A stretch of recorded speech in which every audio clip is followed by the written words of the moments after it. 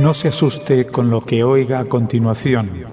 Es el eco del pasado cuando empezaron las emisiones de Radio Sefarad a finales de enero del 2004 y cuyos informativos semanales hemos reunido para revivir lo que entonces pasaba desde la perspectiva de nuestro tiempo.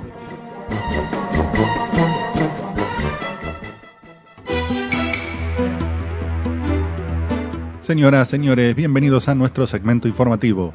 Es un placer para mí poder compartir con ustedes este espacio y por supuesto contigo, Jordi. Gracias, Marcelo. También para mí es un placer. Israel cree que en 2 o 3 años Irán tendrá misiles intercontinentales capaces de atacar a Estados Unidos. En tanto, el segundo informe de la Comisión de la ONU que investiga la represión en Siria considera que grupos vinculados al opositor Ejército Sirio Libre son sospechosos de graves crímenes. A Saeb Erekat le molesta la verdad. Por eso presentó una denuncia ante los miembros del Cuarteto para Medio Oriente sobre la filtración de información vinculada a las conversaciones de Amán.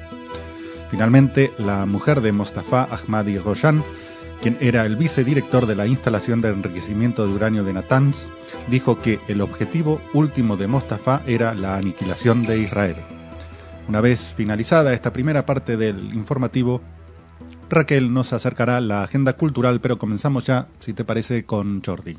Y la noticia sigue estando en Irán. Según informó Reuters, Israel cree que en 2 o 3 años Irán tendrá misiles intercontinentales capaces de atacar a Estados Unidos. Esto lo dijo un ministro del Estado judío en medio de creciente preocupación sobre la amenaza mundial que puede implicar una fuerza nuclear iraní. Analistas estiman actualmente que el mayor alcance de un misil iraní es de unos 2.400 kilómetros, lo que significa que puede llegar al territorio de Israel y también a Europa. La evaluación que dio el ministro de Finanzas israelí, Yuval Steinitz, en una entrevista con la cadena CNBC, estuvo en línea con un informe no clasificado del Departamento de Defensa de Estados Unidos publicado en 2010 que estimaba que Irán podría construir misiles capaces de alcanzar el país para el año 2015. Intentaremos poner en contexto por qué Irán es una amenaza global.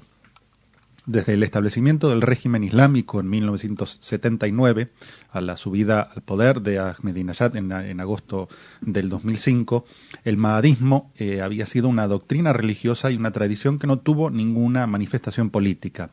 El sistema político operó independientemente de esta creencia mesiánica y de la anticipación del retorno del Mahdi. La instauración del mandato jurisprudente, el Beyalat Faqih, por parte de Jomeini en Irán, incitó una transformación en el chiismo, reemplazando su pasividad tradicional con una perspectiva más activa.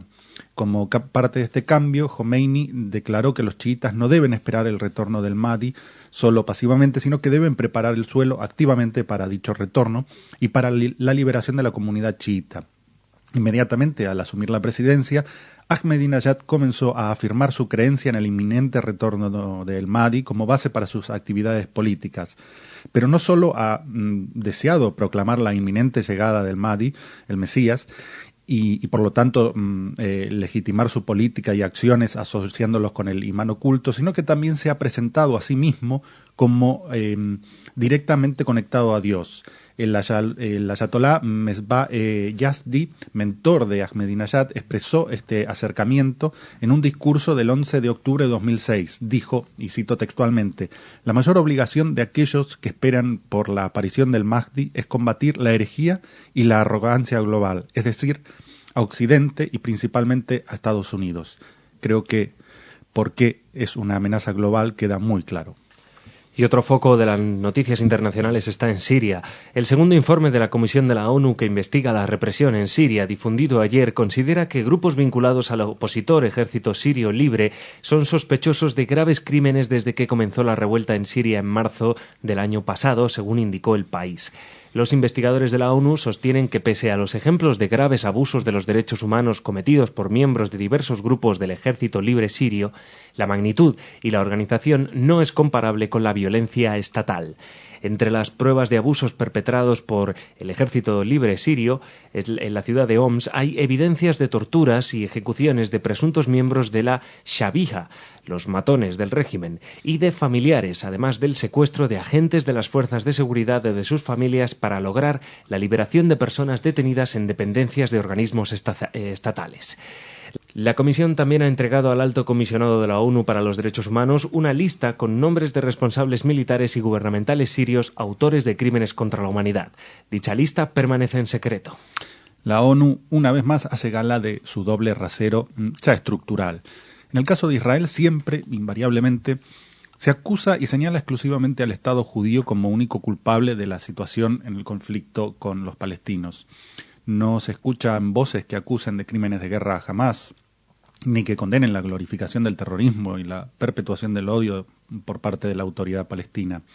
De manera predecible, las condenas se dirigen de manera ponzoñosa hacia Israel. El doble rasero, a su vez, proporciona las bases para sobredimensionar el conflicto. Y ahora, en el caso sirio, se sacan de la manga los crímenes de la oposición para morigerar la violencia estatal.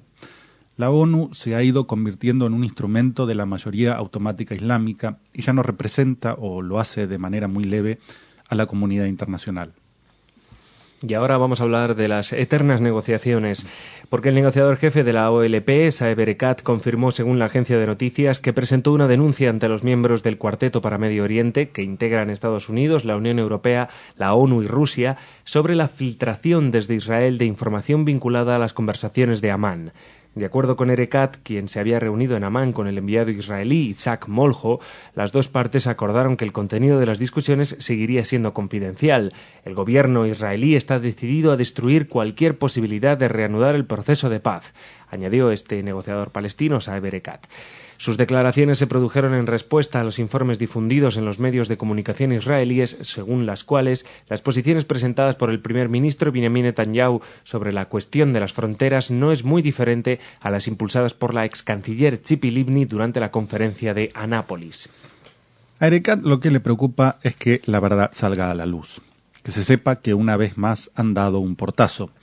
El no histórico al que tan acostumbrados están, sabedores de que todo se les disculpa y que la comunidad internacional además seguirá financiando su intransigencia. Además, si recordamos, fue el propio Erekat el que salió a declarar la insuficiencia de los documentos o planes israelíes presentados, con lo que el acuerdo de confidencialidad, en todo caso, había sido tácitamente cancelado por él mismo. Como sea, no es el secretismo de la reunión y su supuesta violación lo importante, sino que la reacción rápida y diligente de la autoridad palestina indica que se ha dado en el clavo. Según la agencia de noticias, Según la agencia judía de noticias, Irán sigue usando el asesinato de sus científicos nucleares para propaganda interna contra la entidad sionista. La mujer de Mostafa Ahmadi Roshan, quien era el vicedirector de la instalación de enriquecimiento de uranio de Natanz, le dijo a la agencia judía de iraní Fars, en una entrevista publicada el martes, que el objetivo último de Mostafa era la aniquilación de Israel. En la entrevista, Bolouri Kashani también destacó que su esposo amaba a cualquier figura en su vida que estuviese dispuesta a luchar contra el régimen sionista y apoyaba los derechos de la nación palestina oprimida. También agregó: no sé cuál era el rol de mi marido porque era clasificado. Kashani también declaró que sabía que su marido se convertiría en un mártir. Lo seguía diciendo, pero no pensé que fuese a ocurrir pronto, destacó. Es decir, si el propósito de Mostafa Roshan, según su propia esposa, era la aniquilación de Israel, es dable conjeturar que su trabajo tenía alguna relación con ese objetivo. Y puesto que trabajaba en el programa nuclear iraní, es más que lógico pensar que dicho programa está destinado a la construcción de material militar nuclear para llevar a cabo ese objetivo. Lo dicen alto y claro, pero algunos siguen prefiriendo aferrarse a las mentiras y a los escapismos de la razón. Muy bien, llegados a esta parte, vamos a darle la bienvenida a Raquel y a la agenda cultural, pero antes nos despedimos de Jordi. Bueno, Marcelo, Shabbat Shalom. Shabbat Shalom. Que tengas buen fin de semana. Igualmente.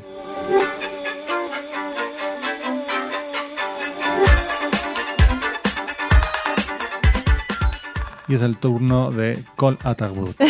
Hola Marcelo, hola a los que nos escuchan. Empezamos con una buena noticia de un nuevo medio de comunicación, hermano de Radio Sefarad, porque ha nacido un periódico online, The Times de Israel, con sede en Jerusalén. Está fundado por un periodista muy prestigioso, el judeo inglés David Horowitz, que fue editor del Jerusalem Post en el pasado. Bueno, el nuevo medio no tiene afiliación política y busca presentar las noticias de manera no sesgada y ofrecer una amplia gama de artículos de análisis y opinión. Unos objetivos y una filosofía muy novedosos, pero que esperamos que en este caso se cumpla. Y bueno, también se ocuparán del desarrollo de las comunidades judías en la diáspora y quieren ser un punto de interés para el mundo judío, informando y atrayendo a los judíos de todas las partes del mundo. Y nada, desde aquí les deseamos lo mejor, que nos pongan un enlace a Radio Sefarad y que aquí estamos para lo que necesiten, porque esto que ellos quieren hacer, venimos haciéndolo nosotros ya 8 años. Decir más o menos. Claro, que nos llame Horowitz y le contamos todo lo que sabemos. Queda avisado, Mr. Horowitz. Sí. Bueno, ahora te voy a dar un titular. Mi abuelo es un nazi. ¿El tuyo? No, el del subdirector. Hablamos de otro medio de comunicación, muy, muy importante. El subdirector de la BBC, Martin Davidson, que bueno, ha descubierto que su abuelo fue efectivamente un nazi. Y no un nazi pasivo, digamos, de los que se afilió cuando ya casi todo el mundo cuando casi todo el mundo lo hizo, sino uno que desde 1926, con solo 19 años, decidió apuntarse a este movimiento nacionalsocialista de pantalón corto y de ir al campo a cantar. Y bueno, él hizo mucho más que ir al campo y cantar. Y cuando terminó la guerra, pues consiguió llegar a Inglaterra bajo el disfraz o la personalidad de un dentista jubilado. No sabemos en qué momento llegó el abuelo de Davidson a Inglaterra, a Escocia en concreto, pero sí la madre, que huyendo de la Guerra Fría se instaló allí.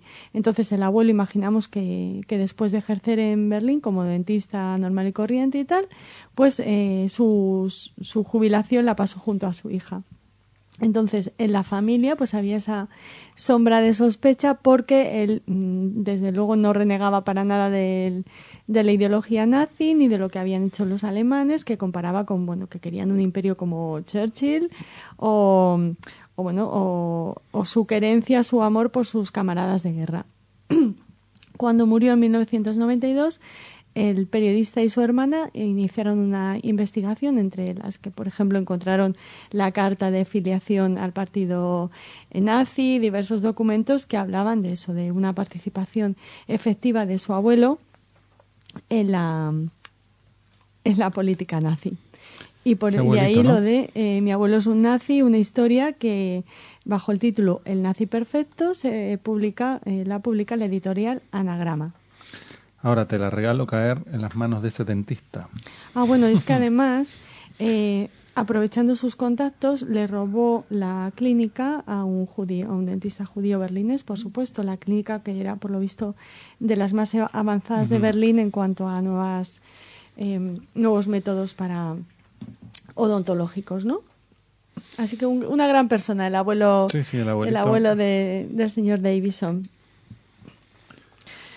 Y ahora una noticia que enlazamos con algo de lo que les hablábamos al principio de esta semana, que era el 70 aniversario del fallecimiento de Stefan Zweig. Bueno, la Biblioteca Nacional de Israel ha publicado online parte de la correspondencia de Stefan Zweig con autores como Albert Einstein, Freud o otros personajes de interés. Y entre esta documentación que ha puesto en Internet a disposición de todos está la carta de suicidio que Stefan Zweig escribió antes de morir y que, como les decíamos, dirigía a su primera esposa. Bueno, esta carta llegó a la Biblioteca Nacional de Israel a través de la donación de un doctor brasileño de origen alemán, que fue el que fue llamado a la habitación de hotel cuando se produjo la muerte de Stefan Zweig y de su compañera. Entonces, en ese momento le pidieron que tradujera la carta, la policía se lo pidió, él lo hizo y la policía le quiso entregar la carta, pero él rehusó. 20 años más tarde la consiguió a través de un oficial de policía retirado, de uno de los policías que estuvo en el momento del levantamiento de los cadáveres. Así que en los 90 la donó a la Biblioteca Nacional de Israel, que ahora la pone a disposición de todos en una especie de facsímil en la que se puede ver la letra original y el manuscrito de esta carta, de este último texto de Stefan Zweig. Hay un par de palabras tachadas incluso. Sí, muy interesante ver, la verdad, muy emotivo.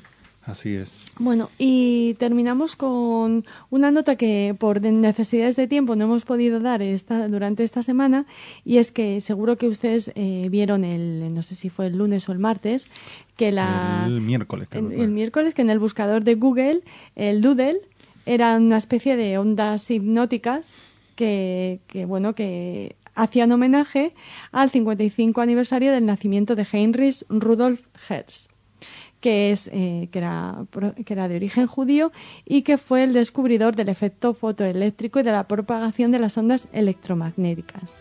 Y también descubrió el efecto fotoeléctrico, que más tarde fue explicado por Albert Einstein. Así que Google quiso homenajearle y nosotros también. Y de buena onda. Haciendo ondas. De buena onda. Les deseamos Shabbat Shalom y les esperamos la próxima semana. Así es, Shabbat Shalom.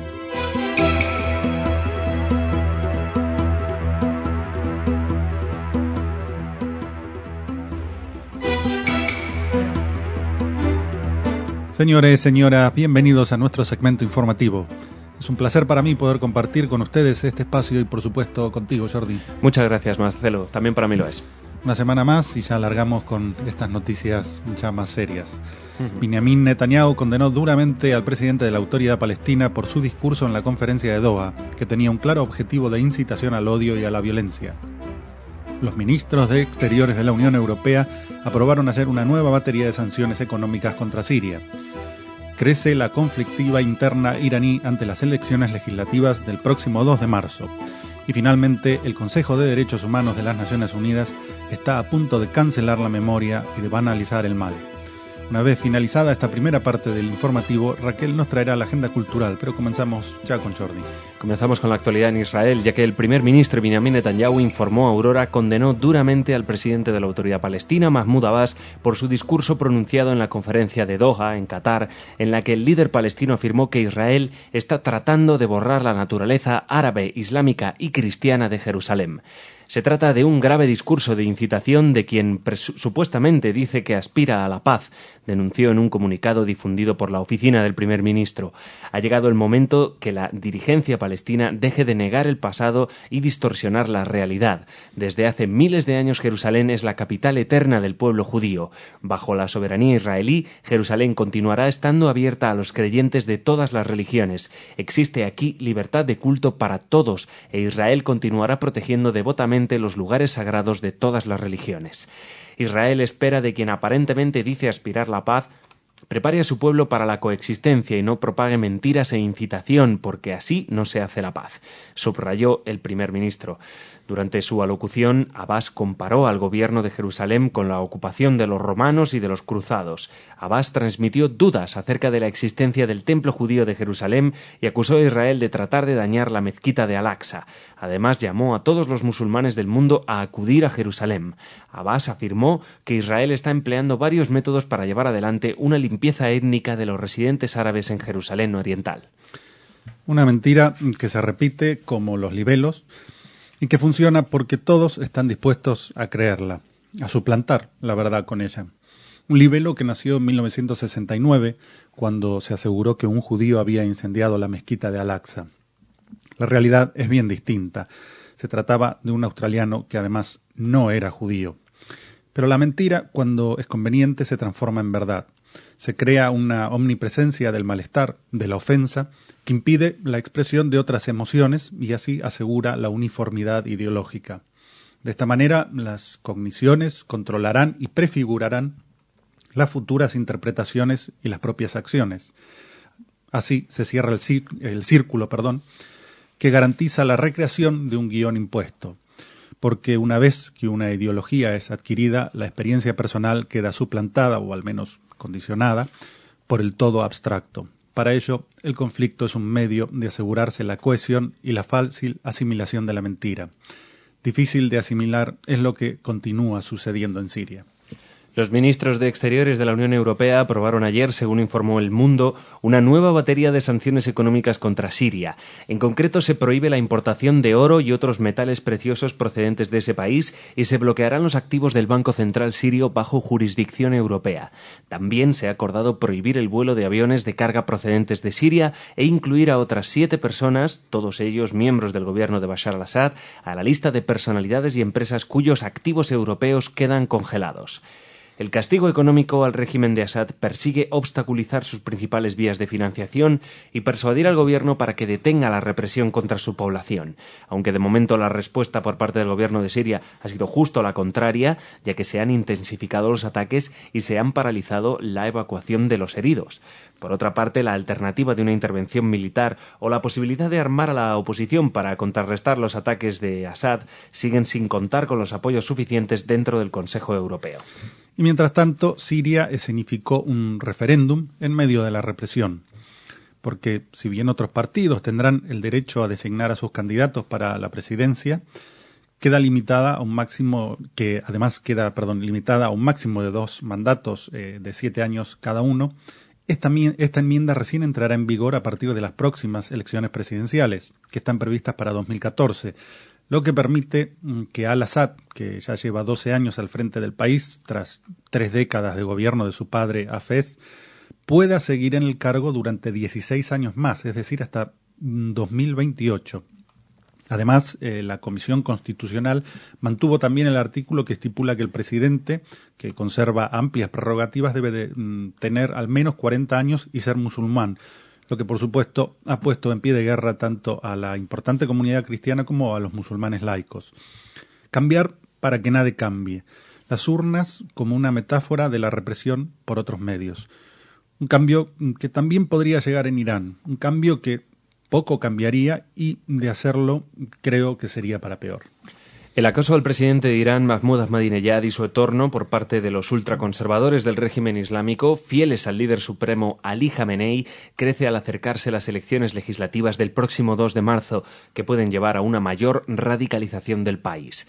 Khamenei, el hombre que controla la política de Irán desde 1981, primero como presidente y desde 1989 como líder supremo tras la muerte del fundador de la República Islámica, el ayatolá Ruhollah Khomeini, tiene una especial inquina a los occidentales, que siempre la ha mostrado sin tapujos, los poderosos clérigos chiíes y los mandos militares, en especial los surgidos de la revolución y la guerra contra Irak entre 1980 y 1988, saben que la vía de enfrentamiento a Occidente es la del poder. El ayatolá Khomeini decía que el Islam no establece la separación entre los diferentes países. Decía, y cito textualmente, en el otro bando todas las superpotencias y las grandes potencias conspiran para destruirnos.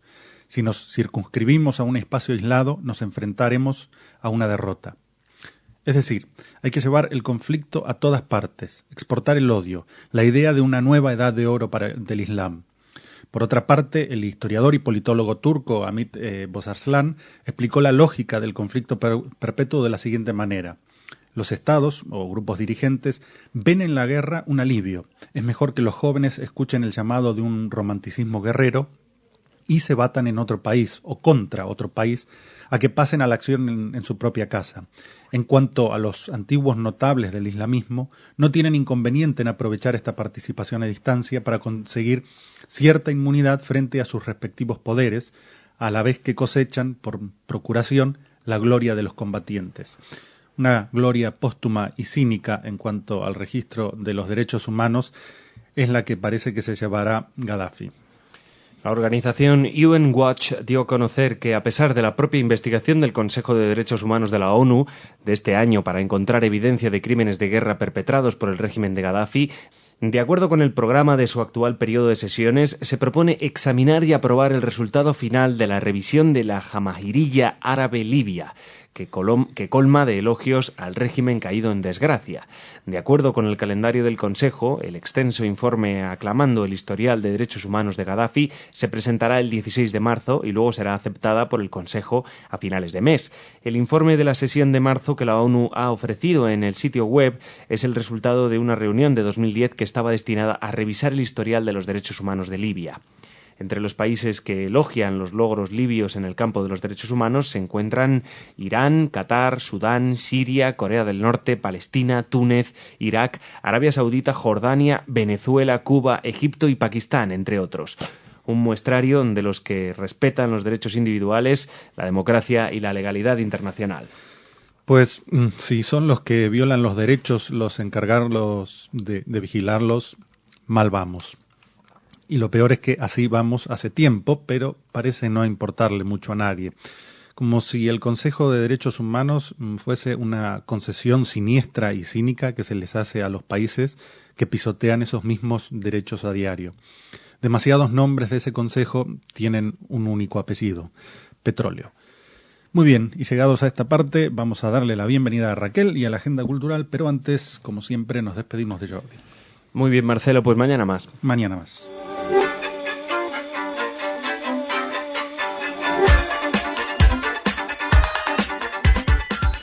Con nosotros, Col Atarbut. Hola Marcelo, espero que hayan tenido un buen fin de semana nuestros oyentes y un buen lunes. Y empezamos con esta agenda cultural, si te parece, invitándoles a la relajación y a la meditación. ¿Por qué? Porque es muy necesaria, nos viene muy bien y si además es de la mano de Marta Lapides, que es, lo saben los que nos escuchan con asiduidad, una querida colaboradora de la radio, pues mucho mejor. Les invitamos a una actividad, ya les decimos, que tiene que ver con la espiritualidad y la meditación y la relajación en Davar, en el Centro Cultural Davar, el próximo lunes 5 de marzo a las 20 horas. Hay que inscribirse, así que les invitamos a que acudan a la página web de este centro cultural para que se unan a esta iniciativa. Ya les decimos que en la que nos guía Marta Lapides, que aquí en la radio realizó un excelente programa que se llamaba La Cábala de Tebel. Así que si quieren saber más o menos de qué van estas sesiones, pues también les sugerimos que recuperen este programa en el archivo. Un poquito más de Davar. Felicitarles por la iniciativa que tuvieron ayer de organizar un homenaje a la cantante Sofía Noel, que falleció. Ya dimos noticia de esta pérdida para la cultura judía, para la cultura sefardí. Y también anunciarles que el sábado 3 de marzo a las 8 habrá una merienda de Purim, a la que estamos todos invitados, así que con ocasión de esta merienda, Jacobo Israel Garzón presentará el libro Frases y dichos de la jaquetía de José Benoliel y Alberto Israel pues les dedicará algunos chascarrillos y una dramatización en jaquetía que tiene que ver con Purim, por supuesto, y bueno, él lo hace estupendamente, es una de las voces en jaquetía junto con Soli Levi que se han podido oír en la radio y es una invitación muy interesante para los que quieran celebrar Purim, sí. De esta manera. Seguimos de celebraciones porque 2 restaurantes de Tarazona han participado en el Fórum Gastronómico 2012 de Santiago. Hoy es el último día de su participación y lo hacen 2 cocineros de Cocina por la Paz, uno es español y el otro es israelí, y están elaborando una serie de tapas y de platos bajo el título La cocina sefardí en el plato, que tienen que ver con eso, con la herencia sefardí y con ingredientes tradicionales de los diferentes países relacionados con la cultura gastronómica de la diáspora sefardí, de los judíos que proceden de España. El taller está vinculado al programa de excelencia Rasgo, en el que participan las 23 ciudades de la red de juderías de España. Así que si están en Santiago y quieren acercarse a este Fórum Gastronómico 2012, pues recuerden que hay una propuesta sefardí. Bueno, y si más los apetitosa chefs quieren que venir nunca. para el fin de semana por aquí. Exacto, para hacernos una Nos cocina juntamos en por la algún paz. lugar Muy bien. Por la paz de los estómagos. Eso, sobre todo. Bueno, otra iniciativa también muy interesante de una de las ciudades que, si bien todavía no pertenece a la red de juderías, está muy vinculada a su pasado y a su presente judío, que es Lucena, en Córdoba. Allí se realizan una actividad que se llama la Perla de Sefarad, que es el nombre que recibía Lucena, que le daban los judíos a esta localidad, que era eminentemente judía y sefardí. Había una comunidad muy importante. Con esta actividad lo que se quiere es hablar de ese pasado y ese presentes judíos, descubriendo elementos del patrimonio cultural de la localidad. Se hacen visitas guiadas, aproximadamente para 25 personas, que se pueden ampliar, y quieren que las personas que participan se empapen de ese pasado y ese presente judíos de una ciudad tan bonita como Lucena. Así que intentaremos entrevistar a estas personas de la Perla de Sefarad, de esta iniciativa, para que nos cuenten un poquito más cómo la realizan. Y terminamos con una noticia que nos lleva a la Biblioteca Nacional. Ya les hablamos podríamos decir meses, Marcelo, yo creo que por lo menos en enero o incluso en diciembre, les veníamos hablando de una exposición interesantísima sobre las Biblias de Sefarad, que precisamente se inauguró ayer en la Biblioteca Nacional. Es una exposición que no solo tiene la importancia bibliográfica de los ejemplares que se van a poder ver y disfrutar, que muchas veces es la primera vez que que sus propietarios los ceden, sino que además la exposición nos permite acercarnos a las vidas cruzadas del texto y sus lectores. O sea, no solo se van a poder ver los ejemplares de estas Biblias de Sefarad, sino quién las ha leído, quién las editó, quién mandó escribirlas. O sea, apuntes biográficos muy interesantes. Un poco la historia de ese la intrahistoria de particular, estas Biblias, sí. ¿No?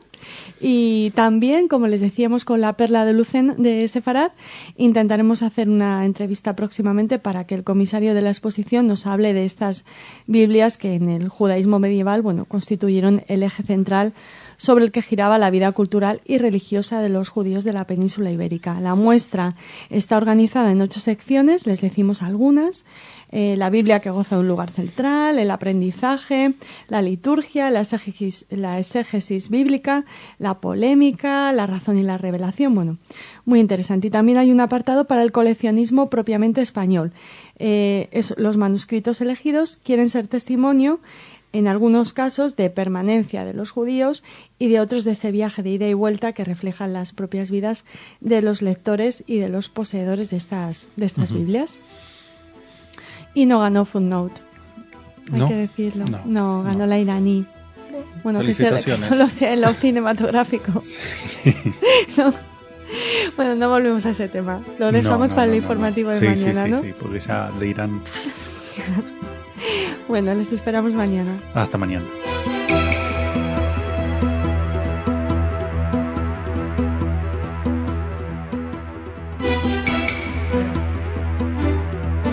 Señoras, señores, es un placer para mí poder compartir con ustedes este segmento informativo y, por supuesto, con Jordi. Muchas gracias, Marcelo. También para mí lo es. Más muerte y más silencio en Siria.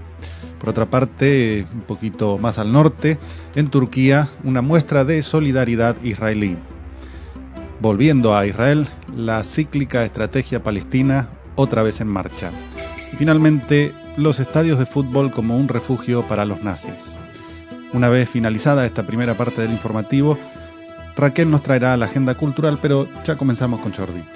Y comenzamos hablando de Siria. Al menos 41 personas murieron y decenas resultaron heridas ayer en Siria, según indicó EFE, en una nueva ofensiva de las fuerzas del régimen de Bashar al-Assad, informaron los opositores comités de coordinación local, que anteayer contabilizaron 144 fallecidos, entre los que se hallaban 64 cadáveres hallados en Homs.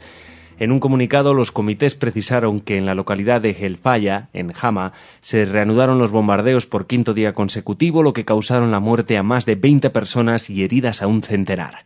Además, la ciudad de Rastan, en Homs, fue escenario durante la madrugada de intensos bombardeos de las fuerzas leales a Al-Assad. También hubo fuertes enfrentamientos entre las tropas del régimen y miembros del Ejército Libre de Siria, formado entre otros por soldados desertores en la localidad de Tassel, en la provincia meridional de Teherá, según algunos comités. Homs, especialmente Bab Amro, es el blanco de una dura ofensiva militar desde hace más de 20 días.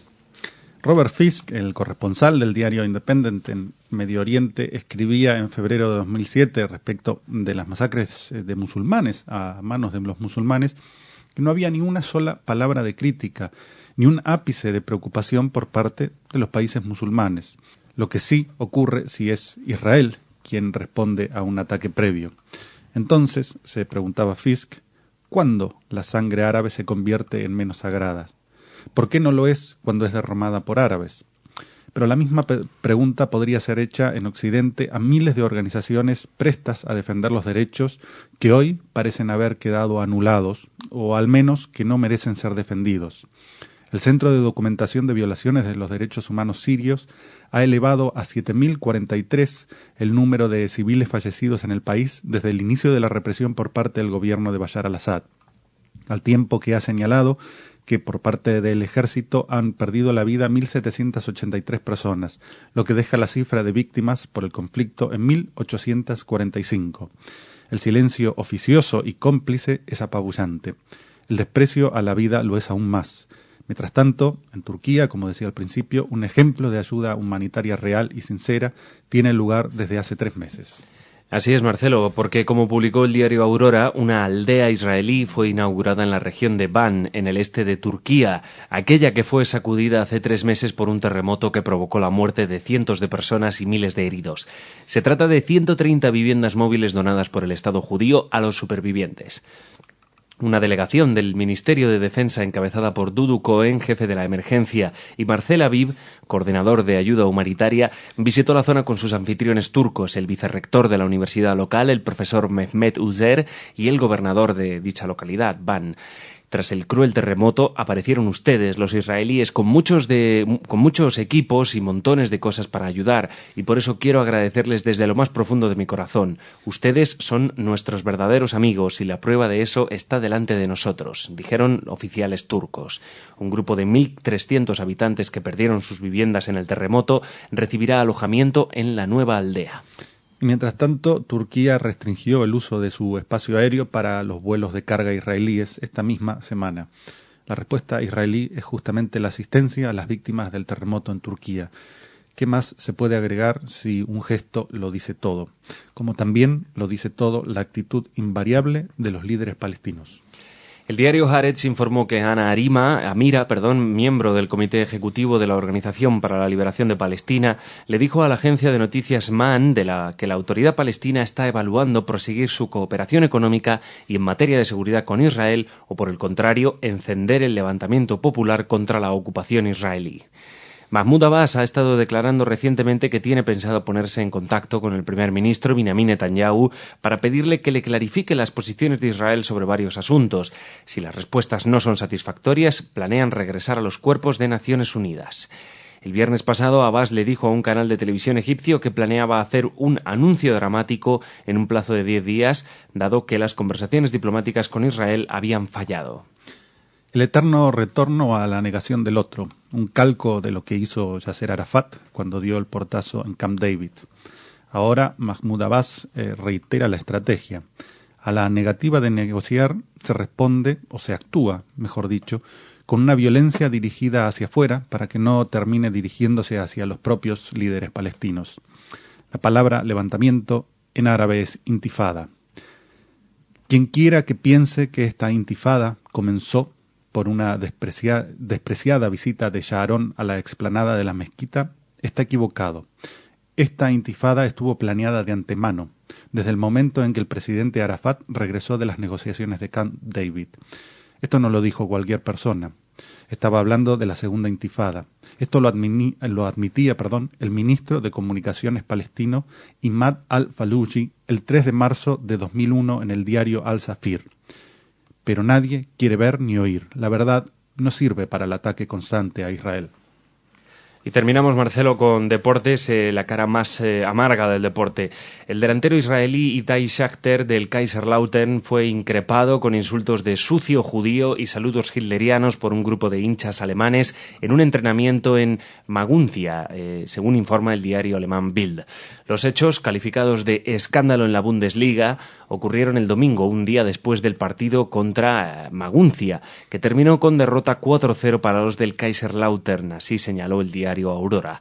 La cuestión ha desatado manifestaciones de repudio en la clase política y la comunidad judía, mientras que desde el club se estudia la posibilidad de interponer una denuncia por incitación a la violencia racista. Las tribunas en Europa se han convertido en una trinchera para grupos de ultraderecha y en un podio desde el que manifiestan abiertamente su ideología antisemita y xenófoba. Basta echar un vistazo a las banderas que cuelgan de los sectores en que estos grupos se ubican para encontrar una simbología que dice sin necesidad de voces. Ante el amparo de dirigentes y muchos jugadores, los grupos nazis, porque hablar de neonazismo cuando las ideas son exactamente las mismas es equivocado. Decía, estos grupos campan a sus anchas y tienen vía libre para publicitar su mensaje una vez por semana ante miles de espectadores en los estadios y ante millones de televidentes. El antisemitismo y cualquier forma de discriminación e incitación al odio deben ser erradicados de todos los ámbitos. Muy bien, y llegados a esta parte del informativo vamos a recibir a Raquel que llega con su agenda cultural, pero como siempre antes nos despedimos de Jordi. Bueno, Marcelo, mañana más noticias. Mañana más.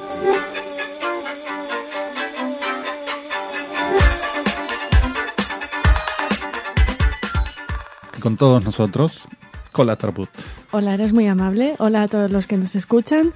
Empezamos con algo que ha sucedido recientemente que nos puso un poquito tristes, pero bueno, hoy les vamos a compensar un poco. No ganó la película israelí Footnote, por la que, bueno, estábamos aquí apoyando desde hace meses, pero tenemos que decir que aunque la ganara la iraní en la categoría de mejor película en lengua extranjera, bueno, pues la gran triunfadora de la noche de Artist es hija de un judío francés. Su director es judío, Hanavicius, y bueno, contó a los medios cuando le entregaron el Oscar que tanto su padre como su abuelo sobrevivieron al nazismo escondiéndose en el campo, en Francia. Así que es un hijo de un superviviente de los nazis y debe estar muy orgulloso de ello porque en una ocasión tan especial como cuando, no sé, tu película gana todo, arrasa en la ceremonia de entrega de los premios más importantes del cine, haces ese recordatorio. Y vamos más allá porque el productor de la película, Thomas Lachman, es hijo del afamado director francés Claude Berry, cuyos padres eran judíos del este de Europa. O sea que es una película muy judía. Sí. Y bueno, también para, si esto no les ha resultado suficiente, comentarles que otro premiado de la noche, Woody Allen, por el guión original de Midnight in Paris, pues también es... Woody Allen es judío, no sé si lo sabías. No. Pues sí. Me daba algo a sí, mí ¿verdad? Que... Por su humor. Sí. Bueno, y la película Hugo está basada en un libro que se llama La invención de Hugo Cabret, cuyo autor también es judío, Brian Selknick. ¿Tú lo pronunciarás mejor, Marcelo? Es oriundo de New Jersey y bueno, cuenta un poco, es una historia un tanto, no entiendes mi letra, pero sí, es como de doctora en Alaska. Es totalmente incomprensible. Si es de doctora y encima en Alaska con frío, eso es ya... Es la primera, sabes que es el título de una serie española, ¿no? Bueno, americana, pero como se tradujo en España, sí, Doctor en Alaska. Sí. Bueno, pues eso, que tengo letra de médico. Y no nada de... bueno, de médico y de egiptóloga también puede ser, porque eso es absolutamente jeroglífica. Pero sí. Bueno, no hablemos de mí, sino de estos judíos en los Oscars que bueno, que han triunfado, aunque no ganara la película israelí. La invención de Hugo, que es ya saben, dirigida por Martin Scorsese, ganó premios como mejor fotografía, mejor sonido, mejor montaje de sonido. Bueno, no son las mejores estatuillas, pero para nosotros nos sirve que al menos pero el autor del libro un sea gran judío. Cineasta llevó la novela de un judío al cine, a la gran pantalla. Bueno, viajamos ahora a Israel, porque se han encontrado unos restos, los cimientos de una gran fortaleza que data del periodo del primer templo y que han sido descubiertos gracias a una excavación llevada a cabo por la Autoridad de Antigüedades del Estado de Israel. La tradición oral hablaba de que en Givat Yonah, cerca de Ashdod, el nombre la traducción es la colina de Jonás. Bueno, pues algunas tradiciones lo identificaban como el lugar del entierro del profeta Jonás, y los hallazgos arqueológicos descubiertos, pues ratifican la existencia de vida en este lugar durante el periodo del primer templo, que es precisamente la época de vida de este profeta. En la excavación se han encontrado restos de enormes murallas de más de 1 metro de ancho, que datan de finales del siglo VIII y principios del siglo VII, antes de la era común. Y el director de las excavaciones ha afirmado que estos muros constituían la base de un gran edificio de la época del primer templo. Así que se han encontrado, ya les decimos, restos arqueológicos que ratifican la vida judía, la vida en el tiempo de Jonás, en las cercanías de Asdod, donde en los años 60 o 70, déjame comprobar, también se hicieron unas excavaciones que se pueden disfrutar en los 60, muy cerquita de estos últimos hallazgos arqueológicos, que casi cada mes les hablamos de uno. Y fíjate, ¿no? A pesar de estos hallazgos arqueológicos, hoy en día la autoridad palestina empieza a poner en duda de que el templo, de que el cótel sea el muro del templo y que no haya sido construido para molestarlos a ellos que están antes. Claro, que lo construyeron los extraterrestres, ¿no? Que lo dejaron caer. Bueno, a ver cuando hay una autoridad de antigüedades palestinas, la Autoridad Nacional Palestina hace una subsecretaría, en vez de dedicar dinero a armamento, y hayan algún hallazgo arqueológico que hable de su existencia. Un hallazgo de verdad, ¿no? Claro. No algo que ponga... Lo que pasa es que nos tememos que sería malgastar el dinero un poco. Sí. Ese dinero tan necesario para otras cosas, propaganda. ¿no? Sí, bueno, no vamos a ser malos ni No. nos vamos a cebar con el pasado de los palestinos en Eretz Israel. No, que lo tienen muy, muy fresco, porque es un pasado que viene desde el 67, así que no. Bueno, seguimos. Sí, por favor. Bueno, seguimos. Por favor, sí. Bueno, sabes que si hablamos de extensión, Israel ocupa el número 100 de mayor a menor extensión en cuanto a países en el mundo. Sí. Bueno, pues en este país tan chiquitito, a cada 230 personas le corresponde un museo. O sea, es el país donde hay más museos per cápita del mundo. Y a esta enorme cantidad de museos se une uno muy interesante, uno nuevo, que tiene de alguna manera nombre propio, porque lo ha puesto en marcha, o tiene mucho que ver con su apertura, Amos Gitai, el cineasta. Es un museo dedicado a la arquitectura y de alguna manera a su padre, Munio Gitai Beinraut, que fue un arquitecto de los más importantes que dio vida a edificios pertenecientes a la Bauhaus, tanto en Haifa como en Tel Aviv. Habrá una exhibición permanente de los proyectos del padre de Amos Gitai en el museo, y también pues una muestra que pondrá que se centrará en las viviendas públicas y en las viviendas y edificios públicos de Israel desde los años 40 hasta el presente. Uh-huh. Bueno, no sé si yo soy una apasionada de la arquitectura Bauhaus y me encantan los edificios que se pueden ver en Tel Aviv, y este museo promete muchísimo. Bueno, Gitai, que también estudió arquitectura en el Technion, nada más y nada menos, quiere hacer un homenaje a su padre, que estudió en Europa esta disciplina, que estuvo en la escuela Bauhaus hasta que llegaron los nazis, y bueno, a él y a otros 3 compañeros también judíos les expulsaron, de alguna manera, les maltrataron, les metieron en la cárcel, y gracias a un amigo de la familia pudieron escapar, dándoles la opción de elegir entre Estados Unidos y Palestina, y en aquel momento la Palestina bajo el mandato británico. El padre de Amos Gitai eligió Israel, y su hijo se lo explica diciendo que bueno, que seguramente los experimentos sociales y la vida en el kibutz y todo lo que tenía que ver con las ideas más avanzadas pues le interesaron, y que por eso eligió Israel frente a Estados Unidos. Y también se alegra de que esta intervención nazi contra estos estudiantes de Bauhaus judíos pues fuera temprana, y este amigo pudiera sacarles del país y de alguna manera salvarles.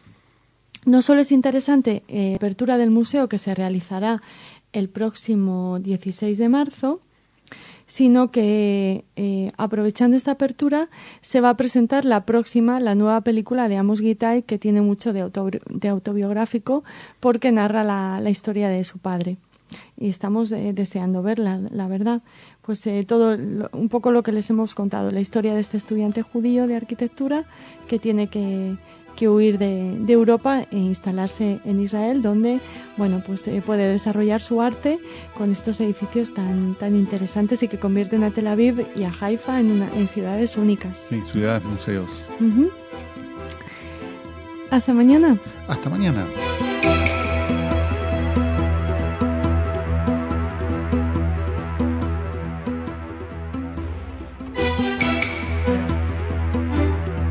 Señores y señoras, bienvenidos a nuestro segmento informativo. Es un placer para mí poder compartir con ustedes este espacio y, por supuesto, contigo, Jordi. Muchas gracias, Marcelo. Aquí estamos un día más. Así es. El Ministerio iraní de Exteriores convocó al embajador de Azerbaiyán en Teherán para que explicara la compra a Israel de $1.500 millones en armamento. En tanto, sigue la represión en Siria, si es que puede denominarse de esta manera al bombardeo de la propia población. Estados Unidos establecerá líneas rojas más claras y determinantes frente a la amenaza nuclear de Irán.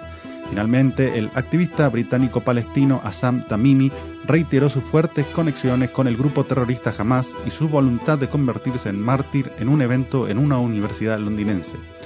Una vez finalizada esta primera parte del informativo, Raquel nos traerá la agenda cultural, pero comenzamos con Jordi.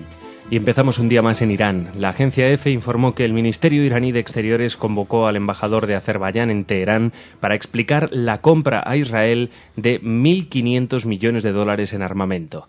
El diplomático de Azerbaiyán dijo que las armas son para liberar territorios ocupados de Azerbaiyán y que Bakú no permitirá que se utilicen contra otro país, especialmente la República Islámica de Irán.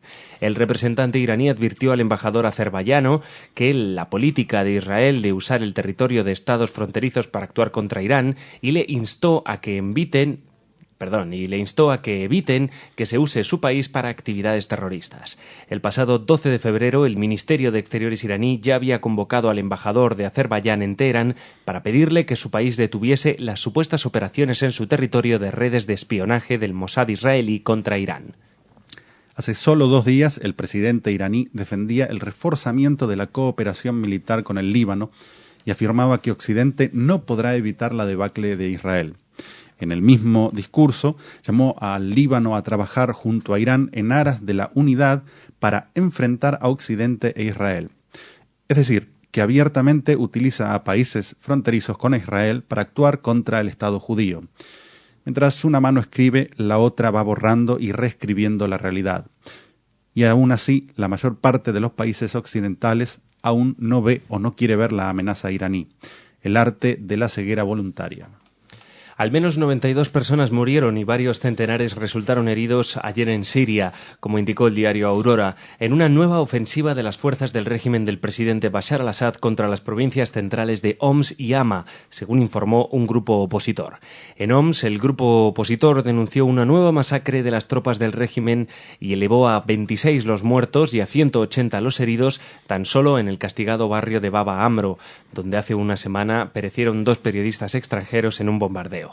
En cuanto a Hama, se reanudaron los bombardeos por 5º día consecutivo contra la localidad de Halfaya, lo que causó la muerte a más de 20 personas y heridas a un centenar.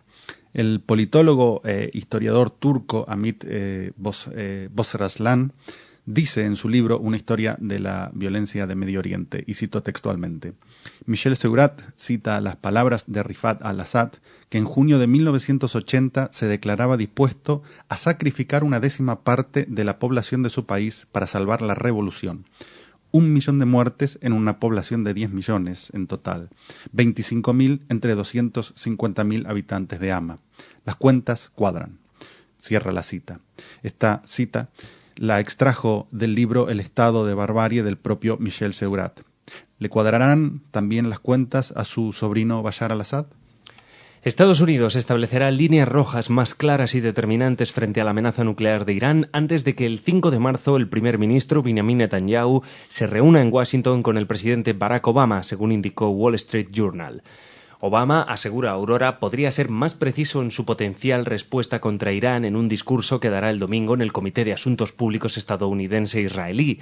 Otras fuentes consultadas por el Wall Street Journal creen que Obama solo dará detalles en privado a Netanyahu sobre cómo actuarían ante nuevas provocaciones de Irán, que ha triplicado su capacidad para enriquecer uranio y que ha comenzado con bloquear el estrecho de Hormuz, vital para el tráfico marítimo de petróleo. Tal vez la línea roja estadounidense tenga más que ver con el alcance de los misiles y de la cercanía de las elecciones presidenciales, lo cual hace de esa línea un dudoso límite. Como sea, es inconcebible, por la estabilidad en toda la región, que se permita a Irán avanzar aún más en su programa nuclear, que, dado el cariz de sus amenazas, deja pocas dudas sobre su objetivo militar. Por otra parte, Estados Unidos no puede desentenderse de una región en la que se ha involucrado activamente desde 2001. Es, a la par de irresponsable, ilógico. Los soldados y civiles estadounidenses y aliados, los civiles iraquíes y afganos que perdieron la vida en el conflicto, volverían a perder su vida muchas veces más sin ningún sentido. El activista británico-palestino Assam Tamimi reiteró, según publicó Haaretz, sus fuertes conexiones con el grupo terrorista Hamás y su voluntad de convertirse en mártir en un evento realizado la noche del martes por la Sociedad Solidaria Palestina de la Universidad Queen Mary. Tamimi, un académico que vive en Londres, ya había provocado indignación durante una entrevista en la BBC en 2004 cuando declaró que sacrificarse era una causa noble, añadiendo que era una forma de agradar a Dios y que él lo haría si tuviera la oportunidad. Grupos de estudiantes y de la comunidad judía manifestaron su preocupación por su intervención en el evento, la solución de 1 o 2 estados en esta universidad londinense. En cuanto a sus conexiones con Hamás, dijo: «Tengo el gran honor de estar muy cercano a Hamás», añadiendo que no está avergonzado de dicha asociación, ya que, según él, Hamás es el verdadero representante del pueblo palestino. Cuando un académico exalta la cultura de la muerte, como si los cadáveres fuesen el abono para regresar a una pretendida edad de oro del califato y del dominio del Islam, es muy preocupante. Que aquellos que forman parte del mundo de la discusión de ideas reproduzcan la misma retórica que los líderes terroristas es un signo de derrota de la razón en manos del fanatismo. Y esto es indicativo de la falta de interlocutores para la paz. Aquellos que hacen del conflicto y la muerte su estandarte, su forma de vida, no pueden transigir con la paz. Muy bien, y llegados a este punto, vamos a recibir a Raquel, que nos trae la agenda cultural, pero antes nos despedimos de Jordi. Bueno, Marcelo, hasta mañana. Hasta mañana.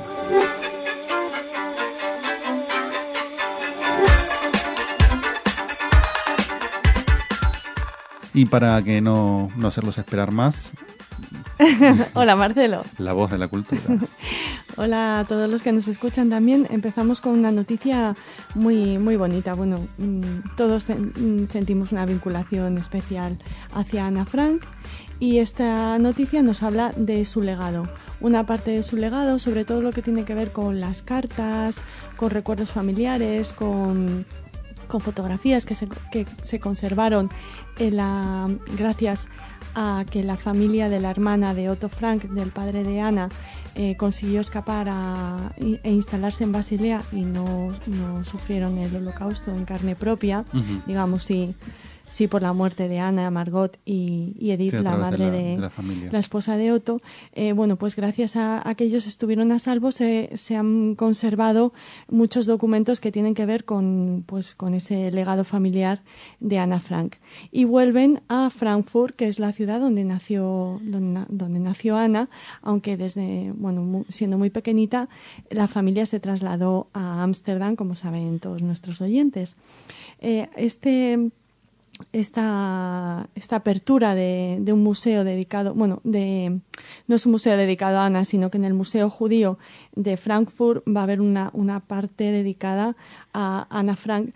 Esta iniciativa se ha podido realizar gracias sobre todo al primo de Ana Frank, a Buddy Elias, del que hablaba ella en su diario. Patinaban juntos y tenía muchos recuerdos de él, y él ha querido que de alguna manera parte de la herencia de Ana Frank esté en esta ciudad, Frankfurt, de la que procede toda la familia. Va a consistir en una exposición permanente, un archivo y un centro pedagógico y de estudio, pero el legado principal, por supuesto, va a permanecer en la Casa de Ana Frank de Ámsterdam, que es uno de los museos más visitados del mundo. Lo cual no está nada mal, ¿no? No, la verdad es que hacen una labor muy interesante porque no solo se puede recorrer la casa de atrás y el anexo donde permanecieron escondidos hasta que les delataron, sino que hay muchas iniciativas que tienen que ver con los derechos humanos, con la lucha contra la intolerancia, y que convocan a jóvenes de todo el mundo. Así que, nos felicitamos porque parte de este legado vaya también a Frankfurt, a una ciudad. Ella se consideraba holandesa, y de hecho el diario está escrito en holandés, pero no sé si holandés es la palabra en neerlandés. Sí. Pero es una buena noticia que el legado se conserve también en la ciudad natal de Ana Frank. Seguimos hablando de Holocausto, de Shoah, porque el Museo de Auschwitz, que como saben está situado en este campo de exterminio, hace años donó parte de sus contenidos al Museo del Holocausto de Washington. Era una cesión temporal, pero el Museo del Holocausto de Washington aprovechó esta parte de lo que le había cedido el Museo del Holocausto de Auschwitz para que formara parte de su exposición permanente. Entonces, ahora los polacos reclaman estos materiales que les cedieron, por ejemplo, algunos paneles que recordaban o que formaban parte de los barracones, cosas bastante importantes, y desde Washington dicen que está complicado que se lo devuelvan. Entonces han establecido una especie de litigio que les ha llevado a mantener delicadas negociaciones. Así que ya les contaremos qué pasa con este legado también de Auschwitz, que está en Washington, y que los polacos, los responsables del Museo de Auschwitz, quieren recuperar. Se cedieron hace 20 años, o sea que ya es tiempo de que vuelvan, sí. Son un tercio, tal vez la mitad de un barracón, paneles de paredes, y es interesante que se recuperen. Un litigio un poco triste, ¿no? Sí, la verdad que sí, sobre todo entre museos que preservan la memoria, pero estamos convencidos de que se llegará a un tipo de acuerdo. Seguimos y ahora volvemos o nos instalamos en Madrid, en esta agenda cultural, para hablarles de algo que siempre despierta el interés de nuestros oyentes, que son clases de hebreo. En el Centro Cultural Dabar van a empezar un curso de iniciación y de consolidación del hebreo, de la lengua hebrea. Los interesados en la cultura israelí pueden conocer a través de este curso las noticias, comenzar a descifrar palabras, frases de un menú o textos de una versión subtitulada. Es un curso muy práctico que comenzará el próximo 15 de marzo y al que hay que apuntarse. Entonces queríamos informarles con anterioridad para que, si están interesados en aprender hebreo de una manera divertida, pues en este centro cultural se ha abierto la inscripción. Ya saben, se pueden poner en contacto con este centro cultural a través de su página web o su dirección de correo electrónico, que es info@dabar.es. Seguimos, ¿no? Seguimos y terminamos con una buena noticia, porque ya, bueno, si nos siguen desde España, ya saben que se están empezando a decidir las canciones que van a representar a nuestro país en el Festival de Eurovisión, y en Israel son especialmente eurofans, eurofans de este festival, y en esta ocasión la banda de rock ecléctico Izavo será la representante de Israel en la edición número 57 de este Festival de Eurovisión, que se celebrará en la capital de Azerbaiyán, en Bakú, el próximo 26 de mayo. El conjunto concursará con la canción Time, que todavía no ha sido difundida, no se conoce. Y bueno, les deseamos muchísima suerte, porque Israel siempre es una triunfadora en este festival. Recordamos pues canciones como desde Aleluya o Abaniví o, bueno, muchas otras. Todo el túnel de Radio Lev. Sí, exacto. Y además nos hace mucha ilusión ver la bandera de Israel ahí dentro del público, que siempre hay muchísimas. Así que desde aquí le deseamos lo mejor a la banda de rock Izavo, que hagan un buen papel en Eurovisión. Hablando de banderas de Israel y públicos, el otro día, no sé qué partido era, jugaba el Tottenham de Londres, y bueno, marcó un gol, enfocan la tribuna y había 2 o 3 banderas de Israel. Muy bien. Me hizo mucha ilusión. Hombre, sí, es como cuando juega aquí el Maccabi, que bueno, aunque algunos seamos un poco del Real Madrid, o bastante, pues en esas ocasiones tenemos el corazón dividido y queremos que gane Maccabi. Y ver esas banderas ondear. Bueno, que les esperamos mañana. Hasta mañana.